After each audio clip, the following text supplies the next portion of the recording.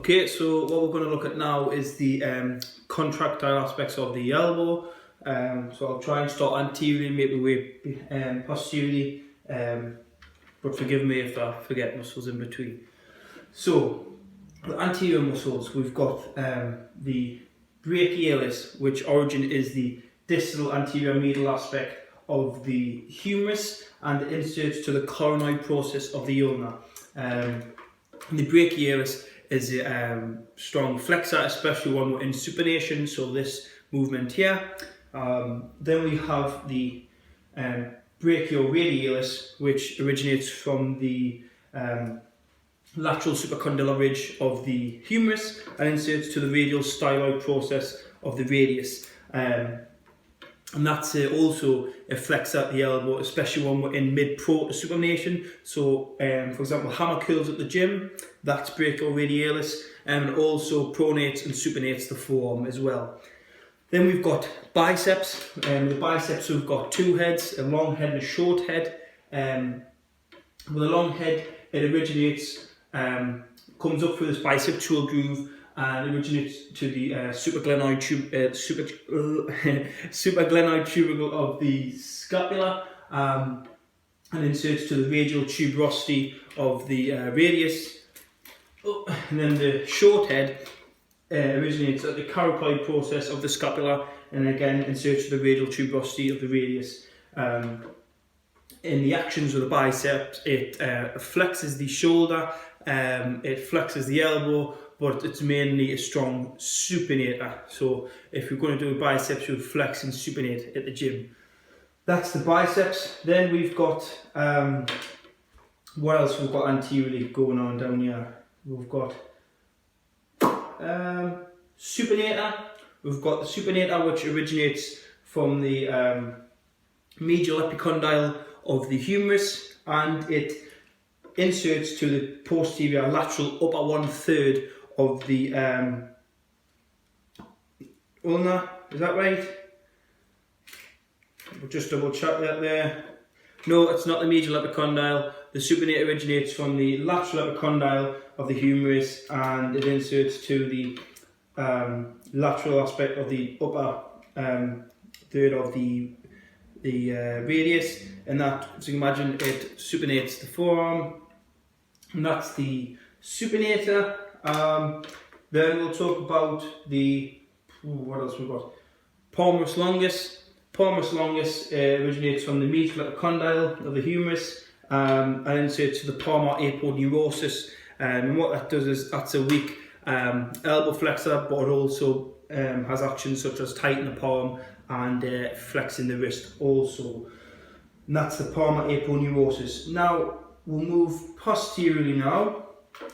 Then we've got the triceps. The triceps have got three heads. It's got a long head, a medial head, and a lateral head. The long head is the more medial aspect of the one. It comes and it originates from the infraglenoid tubercle of the scapula and inserts to the electron process via that triceps tendon. And unlike the other two heads, the long head actually plays a role in shoulder movement, so that plays in shoulder extension and shoulder adduction, but also it extends the elbow as well. And the medial head, that originates from the posterior medial aspect of the humerus, distal to the radial groove, and that extends the elbow, and so that inserts the electron process also. Then we've got the lateral head, which originates from the posterior lateral aspect of the, don't know if you can see that, the posterior, we'll do it on this side, posterior lateral aspect of the humerus, proximal to the radial groove. And what that does is it inserts the electron process also, and that extends the elbow.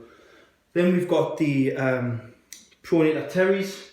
The pronator teres originates from the, turn this back round, the medial epicondyle of the humerus, the coronoid process, and the lateral 1/3, the lateral upper third of the radius, but distal to that supinator muscle, what we were talking about briefly. And as you can see, it's in its name, it pronates the forearm, and that's pronator teres. Then we've got Anconius. Anconius originates from the lateral epicondyle of the humerus and the lateral aspect of the letrenon, and what that does is that helps, that's an extensor of the elbow also. Then we've got, see anything I've missed out here, teres, Anconius, trying to think what else have we missed. Pronator quadratus.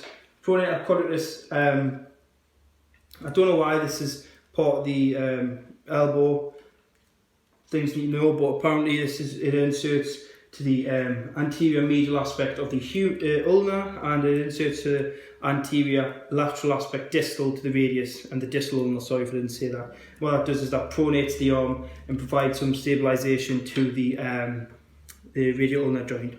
And we've also got some muscles which are more linked with the wrist that are weak, well according to some texts, are weak elbow flexors. For example, we've got flexor digitorum superficialis, which originates from the common flexor region, which is the medial epicondyle, and also comes to the radial head in the mid-third of the radius, and then that inserts to the palmar side of the distal phalanxes of the second, third, fourth and fifth digit, and that's a weak elbow flexor, but it's mostly concerned with wrist flexion and flexion at the second and fifth fingers.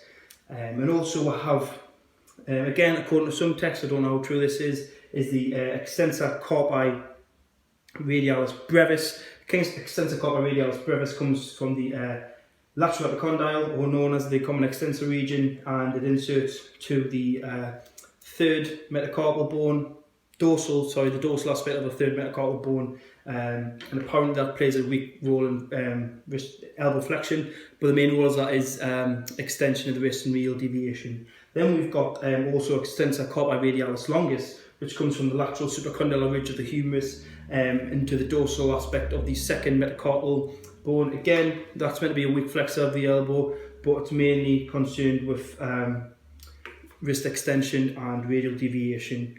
And I think that's all the muscles of the elbow. Thanks for watching.